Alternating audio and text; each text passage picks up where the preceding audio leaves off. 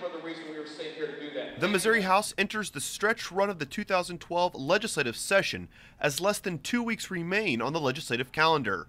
Lawmakers sent legislation to the Missouri Senate changing the way teachers are fired. House Bill 1526 states the decision to fire a teacher cannot be based off of seniority, years of service, or the amount of the teacher's salary. Supporters claim the bill gives school districts the ability to make the right choice for its schools. If we believe in local control, and that's exactly what this is doing, and if you're a teacher that's doing your job right, then you need to be rewarded for it as well. It's just basic common sense. However, opponents don't agree.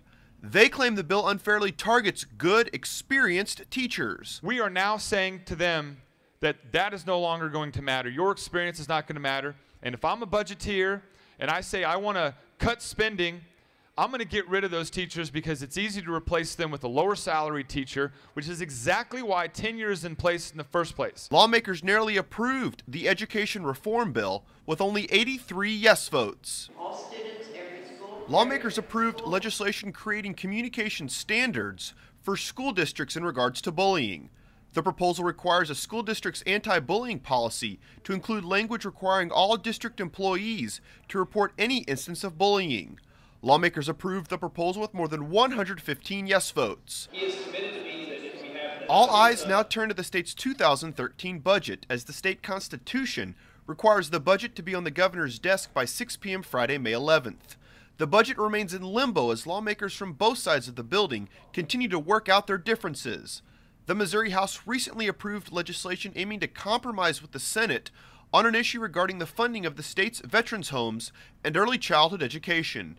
The House passed the funding fix without any opposition, but the House Budget Chair claims the Senate is playing political games with veterans and children. With the Senate refusing to even accept the message, which I think is a pretty unprecedented political game to play with the lives of veterans and children, we are going to convene on Monday. Senator Schaefer and I have a plan that would balance the budget that we've worked through and talked to our conferees about that we're going to, I think the plan is present line by line on Monday. Despite their differences, Sylvia is confident the House and Senate can come to an agreement before the Friday deadline.